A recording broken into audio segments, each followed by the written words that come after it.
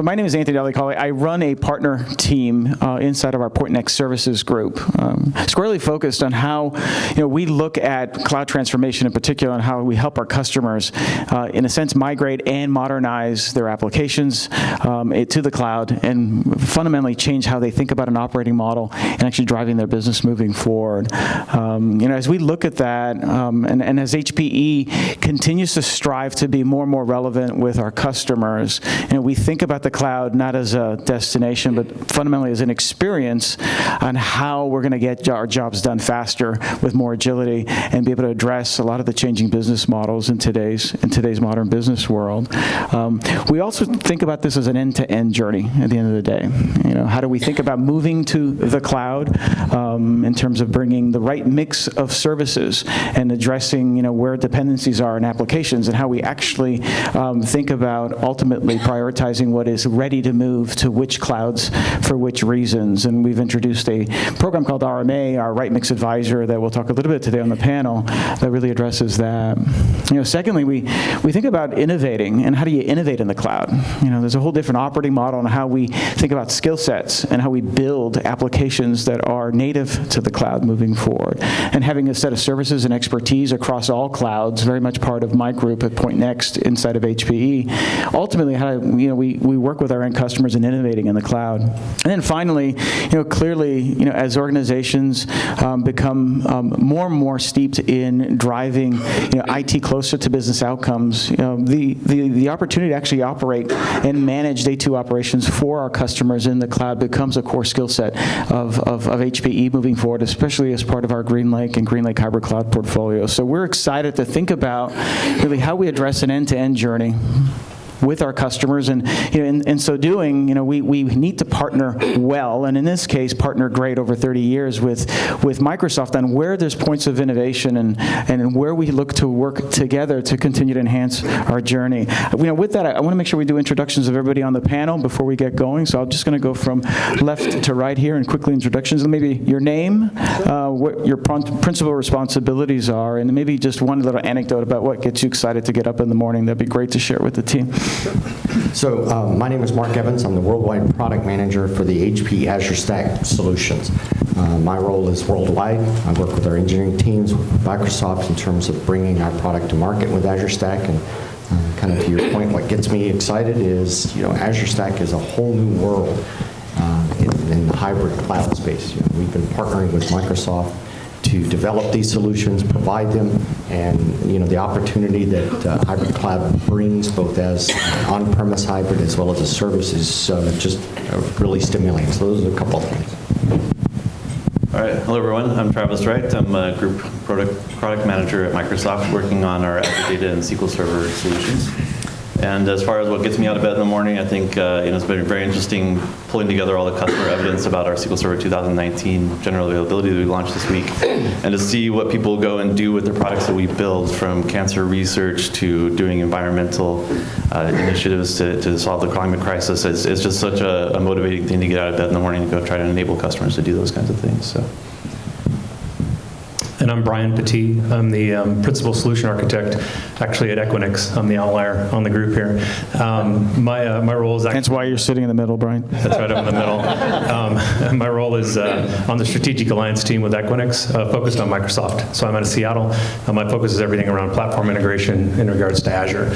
A big part of that, naturally, is ExpressRoute. We've been an ExpressRoute partner for years and years, but also all the hybrid things that are really coming out of digital transformation. I would say what gets me up in the morning is the vast array of applications that we see and customers, looking to make that change, but what that does in terms of their own data centers or moving to a data center or moving into Azure, and kind of the in-betweens is, where we're always interested in talking to them about.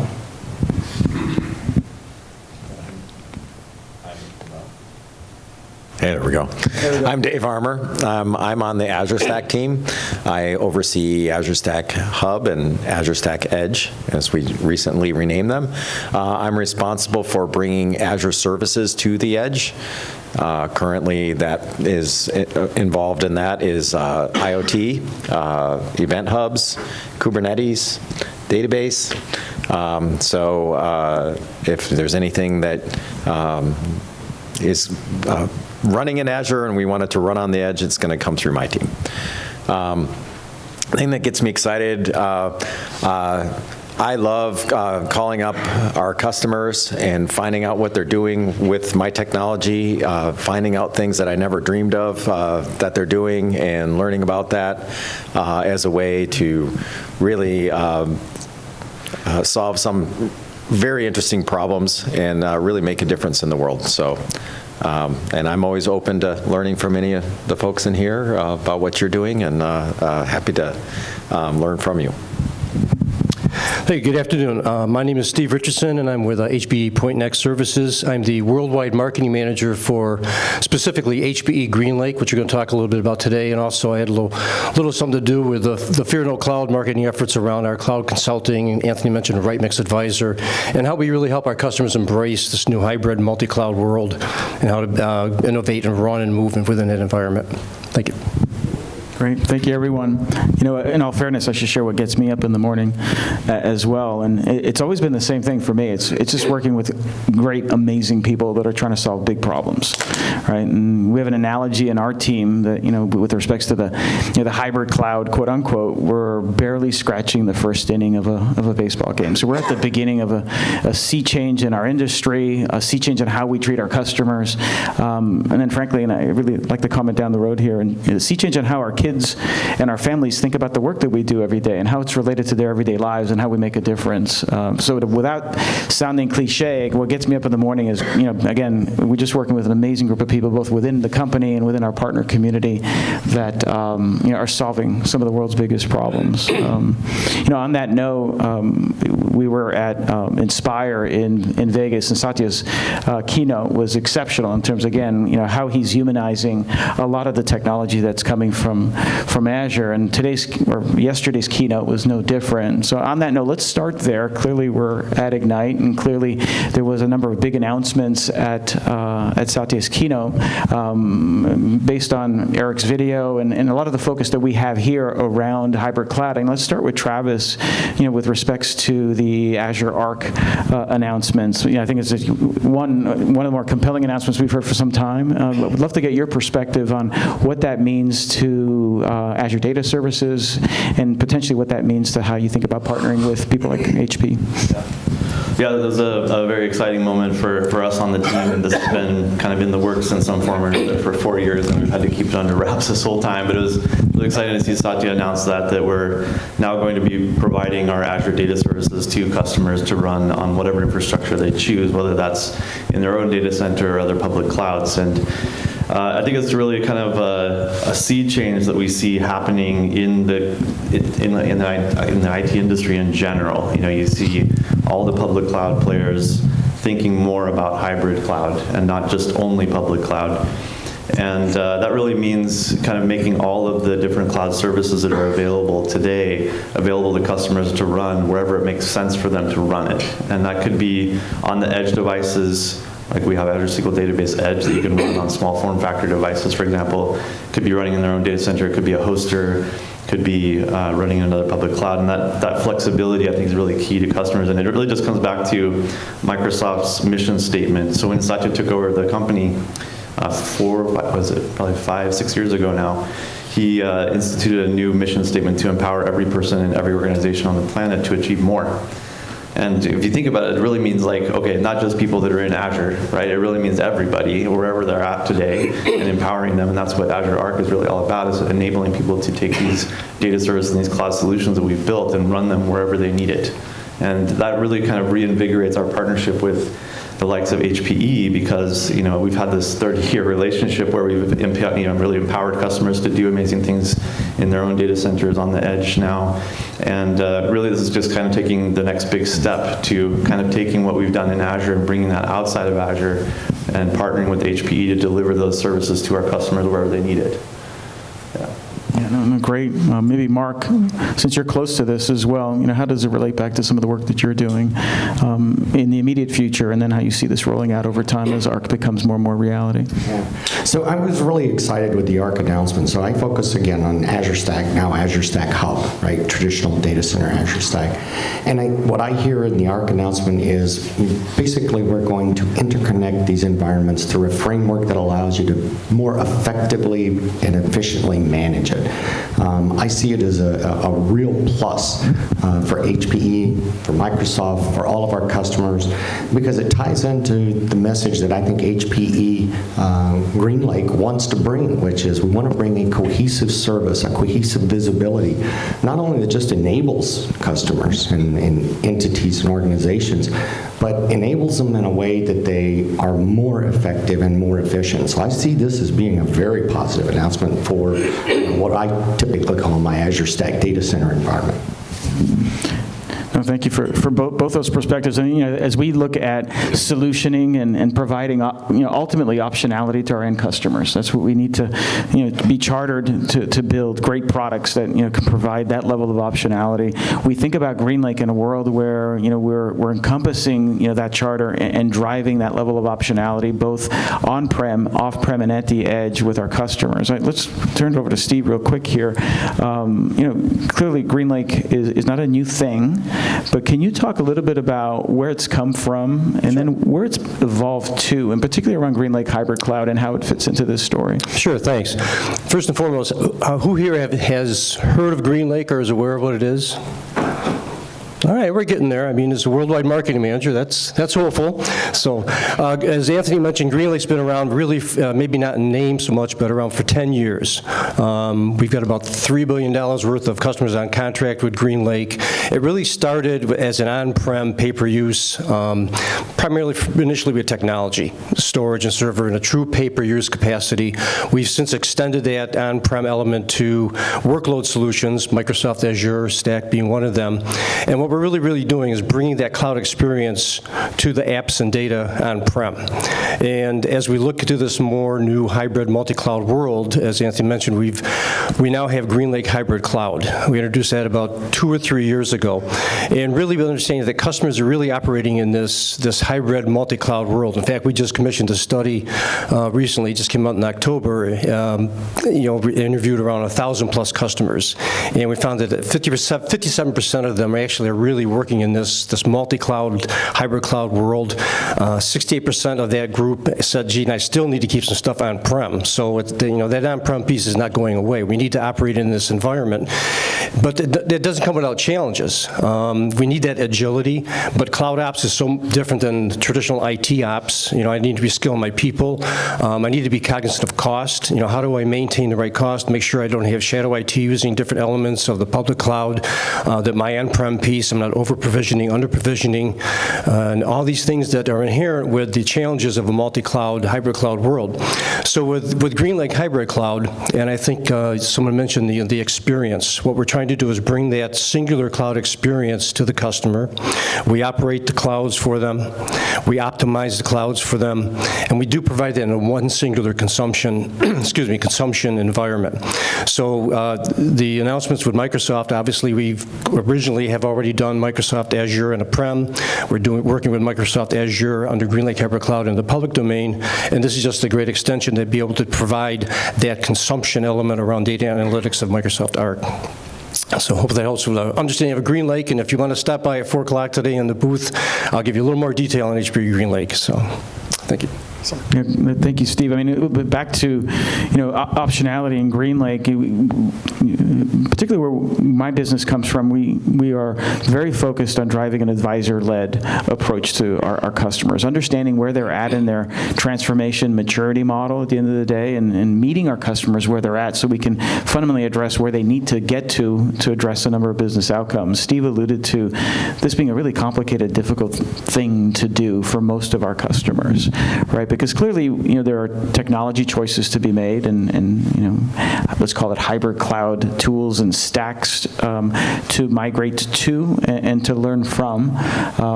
Clearly, there's a set of economics on how I buy things moving forward, and we'll touch a little bit about that, especially with it relates back to GreenLake in terms of buying as I consume, holistically, whether that's private or public cloud. So clearly, the economics on how they're tied back to outcomes that we're striving for is a huge piece of this equation. And then finally, and Steve alluded to this, and in my estimation, transformation, and in our work, the hardest part is really the people as part of this, right? And it's not just about upskilling and certifying, which is clearly part of the equation, but it's looking at your organization very differently. And what is an operating model that's going to accommodate, fundamentally, how you think about IT as strategic to a set of business outcomes, right? And as we think about people, economics, and then clearly technology choices, we're looking to partner well, and how to partner effectively, whether it's in a private cloud, whether it's in a hybrid environment, or strictly in a public cloud. We invited Brian to the table. We strategically sat him in the middle of both Microsoft and HP here from Equinix. How do you see your role, evolving, as vendors like HP and Microsoft look to co-innovate around hybrid, and where Equinix is going to provide value moving forward? Yeah, I think everything that Steve talked about in terms of basically that hybrid story is something that Equinix sees quite a bit. So we're a company that has 204 data centers globally, right? So pretty ubiquitous. We do a lot with Microsoft on the side of actually providing Azure compute nodes, regional network gateways, edge nodes, express route nodes. So we kind of cover the whole gamut with Microsoft on that side of it. So naturally, we provide a great presence for customers, and I'll use like the GreenLake Azure Stack as a Service partnership that we have with HPE, and that was all around really providing kind of a turnkey solution for that hybrid environment using Azure Stack. I think of a place like Jakarta that doesn't have an Azure presence there and needs to maybe connect to Singapore. And I've got to get to Singapore. Well, we've got data centers in Jakarta. We can provide that, and all of a sudden you have ISVs that potentially can be in Jakarta and be providing Azure services across Stack. So, it's the interesting things, and I think something David mentioned in terms of just what customers, find ways to do things that maybe you didn't think about. From the Equinix side, naturally, we look at the network transformation is usually one of the things our customers talk about in terms of digital transformation. They've got to do something with their network, or maybe they don't know that. So we bring a lot of that in terms of network transformation and then that hybrid story. So I really think that's a good example of kind of what we've done with GreenLake, and naturally it brings kind of an OpEx opportunity for customers. They don't have that capital outlay. They're able to make that look a little bit more seamless in terms of how they want to do it financially. Yeah, let's jump on that a little bit. Do you have a comment? I was remiss because I forgot to mention with GreenLake, we have a great co-location agreement with my great colleague from Equinix there. So a lot of customers, they're very excited when they see the benefits of GreenLake as far as taking off some of that heavy lifting operationally that Andy alluded to, so they can focus on more innovative things. But when you start talking about, oh, by the way, you don't have to have it in your data center. We can have GreenLake in a colo situation. They smile even more. So. Yeah, well, let's double click on, Brian mentioned consume and how people consume, and how, what does that mean to solutioning moving forward? Mark and Dave, you guys have been working together how long on Azure Stack, right? Couple of years. Yeah, 4 years. Let's talk about, Mark, Dave, how you've seen Azure Stack evolve into a broader Azure as a service model, right? And how the future is going to look at consumption of Azure within the context of Azure Stack and Azure as a solution component. Mark, maybe I should cover the branding change, and then you can. Okay, so for a long time, we've had Azure Stack, and it was a single thing. It was a cloud that you could run on your edge. Just here at Ignite, we've done a rename of Azure Stack, because now Azure Stack is a family of devices. What we used to call Azure Stack, we now call Azure Stack Hub. We also have Azure Stack HCI, and we also have Azure Stack Edge. And I'll briefly try to explain the difference between the three, so that as we have a discussion, you can kind of slot in what each thing is. So when we started with Azure Stack, we did, of course, lots of research, and we asked customers, tell us about Azure and why you're using it, and they would tell us, we love Azure, but, and then of course we zeroed in on the what comes after the but, and we've heard, hey, we're in a distant location where you don't have Azure, we're in a place where we need real-time decision-making, the network's too slow to Azure and back, I need it on my edge. The other thing we heard is, hey, I have data that's like regulated. I'm not allowed to put it into Azure, or it's my company's trade secret. I just can't get over the fact that I don't have control of this. So that's the second reason. And then the third reason we heard is, hey, I have lots of legacy systems and mainframes, and I can't move those to Azure. Is there some way you can move Azure to these systems and have them run on my corporate network, so I don't have to open a firewall to Azure to access all these things to start doing modernization? So that was really the genesis of Azure Stack. And then as we talked to more and more customers, we found that, hey, some customers moving their processes to a cloud-based model was a little bit of a challenge. They're very comfortable with Windows Server. They're starting to do hyper-converged systems that getting great ones from HPE. They wanted to get the most out of that. So we have Azure Stack HCI, which is really allows you to take advantage of our server operating system, coupled with hyper-converged, and manage that from Azure to do things like backups and site recovery and things like this. And then we also ran into a whole bunch of customers that said, hey, I love Azure, and I need to have Azure in these locations, but I have no IT staff there. It's a small retail store there, or it's a small factory making ice cream. What can you do for me there? So we now have Azure Stack Edge, which is a appliance that you can put into these facilities, and you manage it completely from Azure. So that's our Azure Stack family now. Azure Stack HCI for hyper-converged Windows Server operating system. Azure Stack Hub is our cloud operating system. It's consistent with what you would get out of Azure. And then we have Azure Stack Edge, which is our single-purpose, single-tenant device that you put into a no IT area. So with that, I'll turn over to Mark.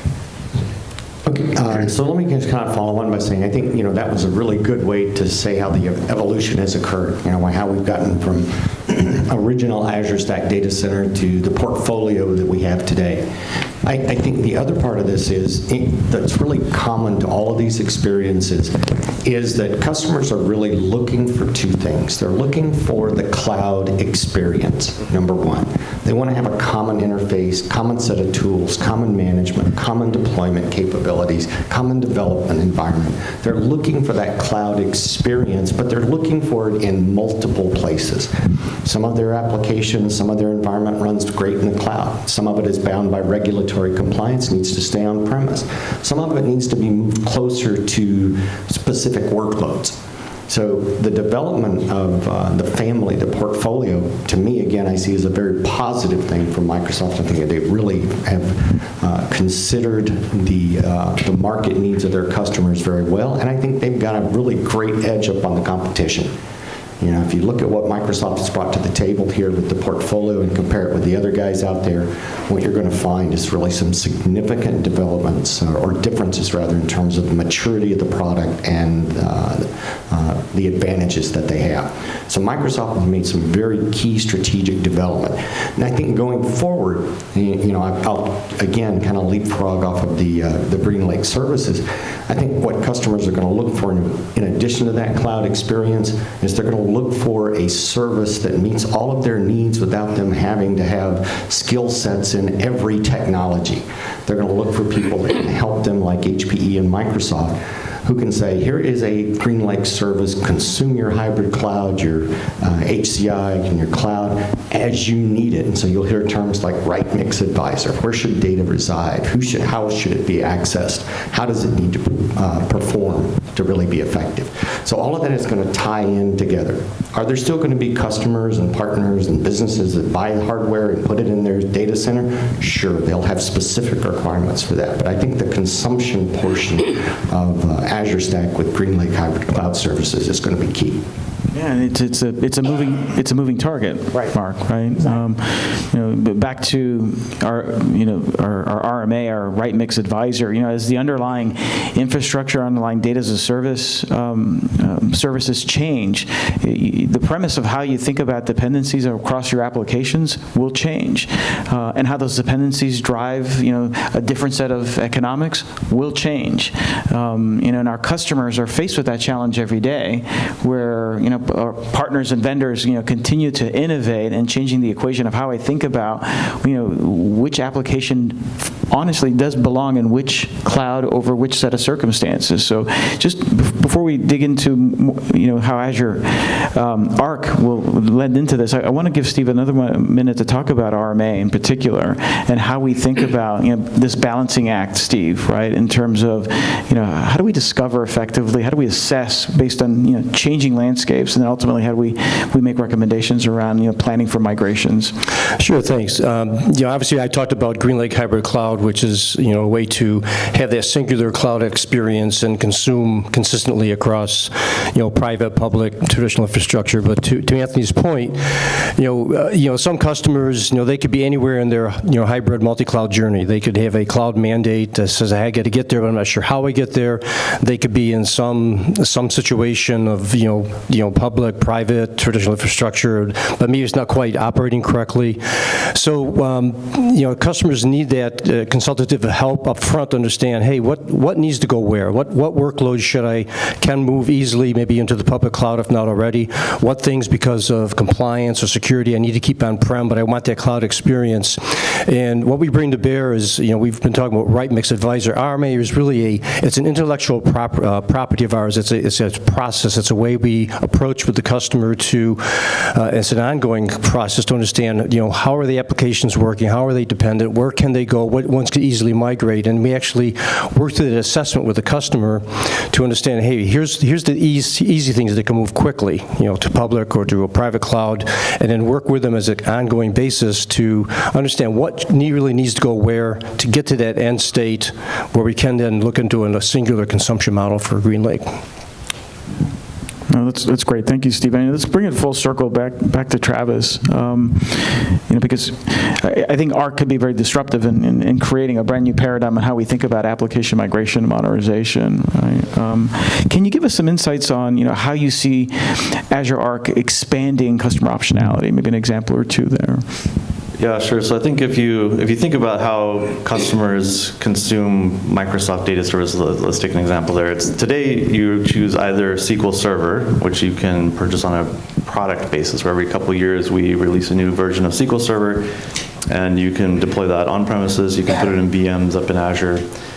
Or you can go to our Azure PaaS services, where it's fully managed for you, and it's a pay-as-you-go model, whereas SQL Server is more of like a license and software assurance model. What we're doing with Azure Data Services in Azure Arc is something in between those two, where it'll be more like the PaaS service in the sense that it'll be a subscription, and we'll be continuously delivering updates and patches and things like that. There will never be end of support like we have with SQL Server 2008 right now. And it will also be done on more of a cloud billing model that aligns more closely with what we do in our Azure PaaS services. But then it's kind of like SQL Server in the sense that you deploy it on whatever hardware you choose in whatever infrastructure you want. And so it's kind of creating a new category of software that we've not seen before. You think about that there's been SaaS, right? That's software all the way down through the infrastructure. There's PaaS, which is the platform all the way down through the infrastructure. And there's software products, which we've had for a while. But there's never been something like this before. This is a new class of software. In fact, I was talking to the analyst the other day, and I was like, I need a name for this. Is this private PaaS? And they said, no, don't say that. They said that like 10 years ago, and it didn't fly. I was like, okay, well, I don't want to do that. I don't want to be something that didn't fly. Maybe it's PaaS at customer. I don't know. Like, you guys help me come up with a name. You guys have a good name for it. Like, tell me, because this is like becoming a thing now, not just with us, but other cloud providers, where we're creating a new class of software. We're enabling customers to run these platforms really in their own infrastructure, wherever they choose to have that, and consume it more like a service. And I think this really beautifully aligns, especially with HPE, where they have this GreenLake hardware as a service solution. And so everything just becomes as a service, all the way from the hardware on up through the platform. And I think that just gives customers new optionality. We're going to continue shipping SQL Server, right? You want to do SQL Server? No problem. You got that option. You want to do Azure PaaS services and you want to be hands-off completely? Go for it. You want something in between? Now you have another option. Right? Travis, can you tell the team where do we go to learn more, in terms of early adopter programs and so forth? Yeah, so you can go and learn more, sign up for the preview, or just to be kind of updated along the way. You go to aka.ms/Azure Arc Data, and you can go learn more about it there. Great. Everybody get that? Yeah. You just search, just go to your favorite search engine, type in Azure Arc, and find it. You don't have to memorize And the URL. hashtag Azure Arc too, Yeah. right? Yep. Yes, we have a question from the audience. Travis Diana Stack, I'm with HP. I Okay. have a question for our customers. Sure. They look to understand how this works. So today they may have EA, they may have other avenues where they're buying their Azure consumption. Yeah. What's the vision for this? Like, how would they acquire what? I know it's not available yet today, just Right. in preview, but Yeah. what's the vision for that? Like, how will they then sign up for something like this? Yeah, so I think there's a couple of things that we can tell you now. We're still thinking through, we want to talk to customers and really understand what the best approach is, figure out how to go to market with our partners and so on around this. And so we don't have everything all figured out yet, to just be transparent about it. But there's a few things we can say right now. One is that you'll have to have an Azure subscription, right? And most customers do already, right? It's not a big deal. And that will enable us to connect up to Azure, reflect the resources that you have in your own infrastructure back up into Azure, and allow you to hook up to those Azure provided services if you want. And where you're consuming those Azure services, and again, these are sort of optional services you can attach to your environment, like Azure Backup or Azure Monitor, those already have defined pricing models and a way the customer can consume those kinds of things, and that won't change, right? People can just continue to do that. But then when it comes to how do customers purchase these data services, a couple things we can say for now. One is it'll be more like a cloud billing model, right, as opposed to the traditional software license purchase model. And the other thing that we can tell customers for now is that whatever investments you have in your SQL Server licenses, and customers have a big investment in SQL Server. We want to make sure that that investment that customers have carries forward into this new world, right? And exactly how that will look, we'll have to help figure out exactly how that works, but you can sort of think about it conceptually similar to how we do the Azure hybrid use benefits today, where customers can take their SQL Server licenses and use that to reduce the price of the Azure PaaS services for a SQL database. Any other questions? Thank you. Mark? You should call it hybrid software as a service. All right. Hybrid software as a service from Mark. You're offering the software that you can run from edge to cloud. You're offering it as a service, right? Which is Yeah. what it is. Okay. You can run it in any part of the This is going to be a raffle, right? Yeah, one of our partners suggested a similar name, so that's great, yeah. Yes, question here? You were looking for suggestion for names. How about dedicated hats, DPATs? Dedicated paths, okay, I like that. Wow, I didn't realize I was going to get some value out of this myself. put it out there. That's awesome. You put it out there. Go, man. Get a whiteboard, something. Yeah. So I obviously know the announcement that we announced that we're now expert MSPs. Is this something that as part of our portfolio that we'll be able to offer with our customers as one bill? Yeah, absolutely. So, whether you're a CSP or an MSP, if you're doing Lighthouse, all of these types of things will apply to these data services that customers run on their So we infrastructure. can give our customer one bill across their on-premise and cloud and edge. Yep. Cool. Yeah. So whether if you're a CSP, there's a couple different models there, where either you're the partner of record or you're the direct billing. Either of those models will apply going forward for these data services and the other Arc services as well. Yep. That's kind of the beauty of hooking into Azure, is like all these programs and everything else we have going on around this, it just starts applying to this, right? So, yeah. How many were in the room years ago when Meg stood up and said it's going to be a hybrid world? Anyone? Was anybody here? Antonio clearly been saying that for some time as well. And, I keep coming back to this 30-year relationship, having been on all kinds of sides of the Microsoft relationship and even former lives. You have to appreciate when you have your ups and when you have your downs sometimes. And, I just think we're on an upswing here. As you said, this is beautifully aligned. And I like that comment on how we've been thinking about hybrid cloud for some time. Maybe on that note, Mark and Dave, how does this fit into how we've been thinking about composable architectures all up, right? As we look at modernizing data centers, and then, how that bridges over to public clouds as well. So from a composable perspective, I'd say what we're really looking at is, for lack of a better term, it's kind of like a brave new world, right? We've got wonderful HPE platforms, synergy. We've got tools that we can use from a composable perspective. So, looking forward into the hybrid space, I totally agree. It's going to be a hybrid world. It's going to be a mix of these. And what we have to provide our customers across the board is the ability to look at their pools of resources, right, and deploy them in a way that they need that's most effective for them. So I truly believe the hybrid area is going to continue to be enhanced by the composable message.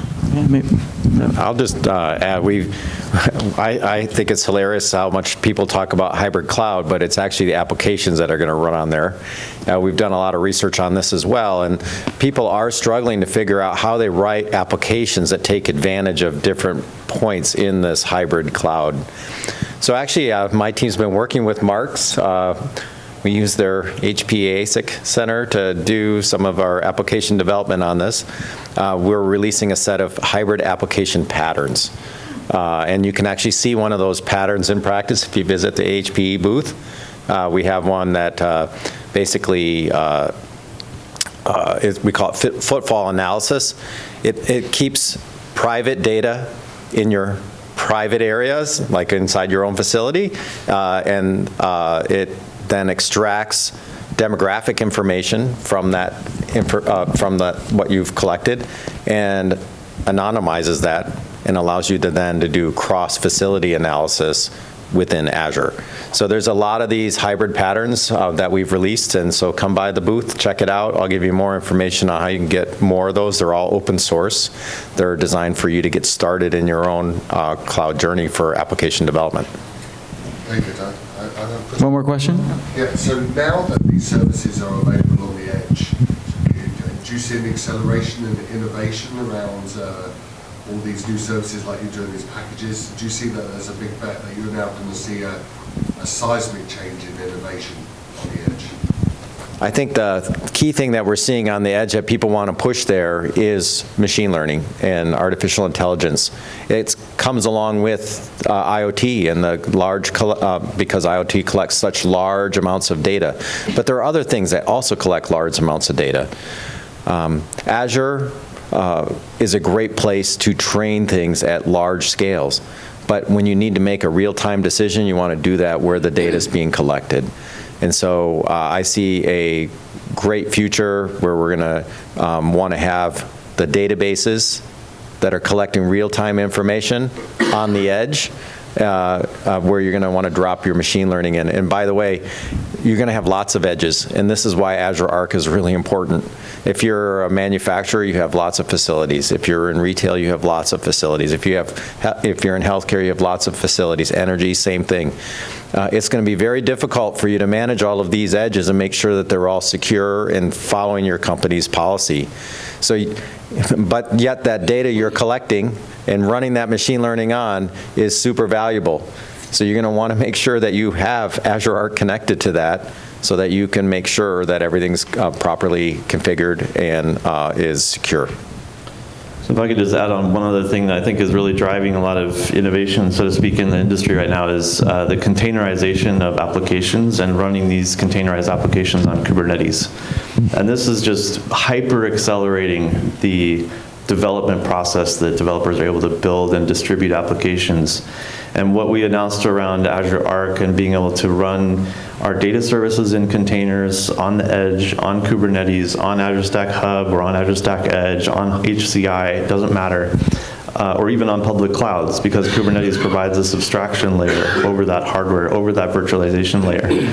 And it allows customers to just very quickly push out updates to applications, push out new machine learning models, and distribute those either from Azure IoT or from our control planes that come through Azure Arc. And that acceleration of software development is just super powerful. And one of the really cool things that I think we announced this week was when you hook up a Kubernetes cluster through Azure Arc to Azure, you can now manage that Kubernetes cluster from the context of Azure. And you can use Azure Policy to provision applications in those containers onto those Kubernetes clusters across all the different retail stores, across all the different oil and gas sites you have, whatever it might be.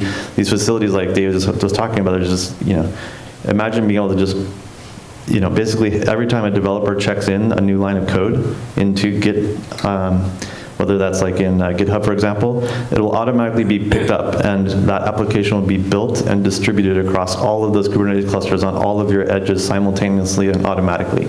Or staged. Or staged. And it's just so amazing to think about how we can just automate this whole process, and a lot of that is driven by this containerization revolution in Kubernetes. Yeah, it's a great topic, and we have a KubeCon coming up as well in the next couple of weeks. We're anticipating a lot of big announcements there across our ecosystem. Maybe on my end, just to close with Brian, because ultimately there's physics involved, and there's power, and there's buildings that have doors and windows and so forth. How do you see the business model for Equinix changing over time, right? As you maneuver through, this changing software landscape, Brian? Yeah. Well, when you talk hybrid, there's always going to be a connectivity piece that sort of gets to kind of be the second conversation sometimes, which is a little bit of a shame because it definitely impacts your applications and impacts your workloads. But the other piece is cloud adjacency. So from the Equinix standpoint, one of the things that we've seen is really that ability to provide a hybrid environment that's very close to Azure, for one. A couple milliseconds into the Azure environment, so I can have database or storage that sits in an Equinix data center, but leverage compute out of Azure, like I'm basically sitting right inside of Azure. And I think that's one of the things that we've seen with customers as they try to figure out how does this hybrid environment really look, is that, for one, software-defined networking and the Equinix Cloud Exchange gives that ability to, when I see some of the Arc announcements of a multi-cloud environment, so naturally that's a big part of it. When I see in the keynote on Monday, AWS gets thrown up on the slide and connecting to AWS down in South America. Okay, how do we do that, right? There's got to be some connectivity there, but we've got data centers in Rio and Sao Paulo, so it's like, okay, we can definitely help with that. So I think that's really been the focus. Interconnection, Equinix is probably the largest interconnection platform in the world, so we've got somewhere around pushing 3,000 CSPs and IT providers that sit in our data centers. So that ability to have a place where you can go and, from a hybrid standpoint, really access, all of those digital ecosystems, that's something that we can provide, and we're continuing to, grow that portfolio.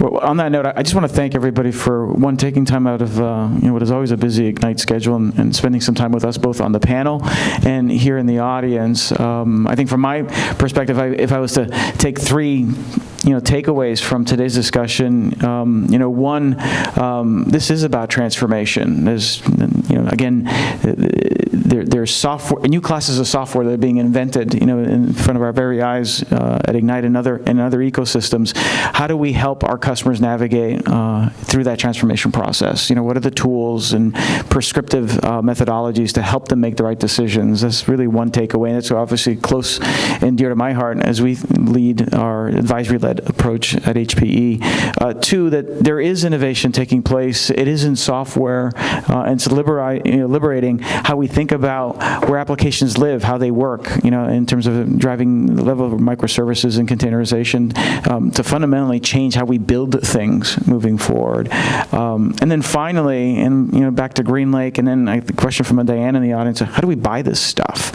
right? The way we actually consume and pay for what we consume is radically changing in our industry. And we had a customer meeting yesterday, and I would say half the meeting was what I would call technical in nature, but I was so impressed with both sides of our customers and our HPE team at the time that can talk about this at an accounting level, at an amortization level, because there's so much that's involved in how we buy things that are tied back into our core P&Ls moving forward, that the skill set involved in actually making these decisions are strategic now. And I think the skill set of everybody in the room has been uplifted as a result of that. So with that, I want to thank everybody for spending the time. We have a number of HPE folks here.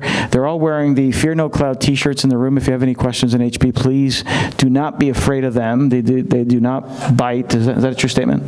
They don't bite. And clearly, please visit our booth on the board. Thank you very much for attending.